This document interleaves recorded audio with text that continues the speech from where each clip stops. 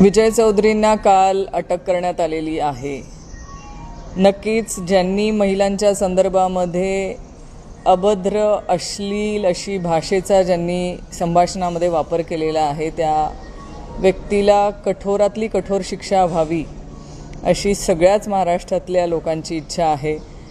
फक्त अटक करून चालणार नाही तर त्या व्यक्तीच्या ज्या ज्या लोकांबरोबर संभाषण आहे किंवा ऑडिओ क्लिपच्या माध्यमातून आपल्याला ज्या असं म्हणतात की 3000 ऑडिओ क्लिप आहेत आणि त्या सगळ्याच्या सगळ्या ऑडिओ क्लिप ह्या तपासल्या गेल्या पाहिजेत। जे जे दोषी आहेत ह्या प्रत्येकावरती कारवाई होणं गरजेचं आहे। म्हणजे फक्त एकटा विजय चौधरी नाही तर त्या संभाषणामध्ये अनेक लोक अशी आहेत की ज्यांनी देखील चुकीची भाषा महिलांच्या बाबतीमध्ये वापरलेली दिसते। तर त्या सगळ्यांवरती देखील पोलीस आणि सरकार कारवाई करणार का? ही असली भाषा महाराष्ट्रातली जनता तरी खपवून घेणार नाही।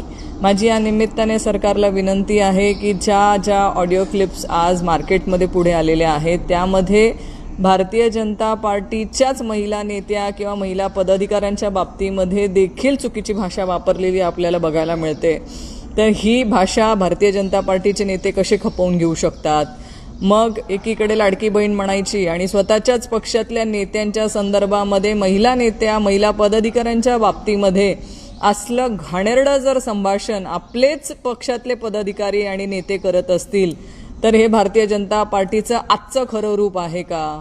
कारण ज्या भारतीय जनता पार्टीमध्ये आम्ही होतो ती भारतीय जनता पार्टी वेगळी होती आणि आजची भारतीय जनता पार्टी ही वेगळी बघायला मिळते।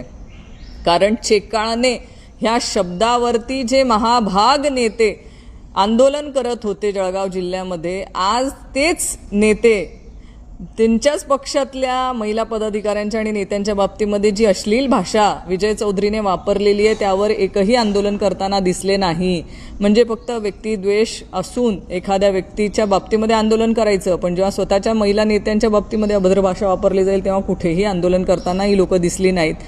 मला याच्यावरती एवढंच म्हणणं आहे की ह्या विजय चौधरीला कठोरात कठोर शिक्षा होणं गरजेची आहे आणि इतरही कोणी दोषी असतील तर त्यांच्यावर कारवाई होणं गरजेचं आहे।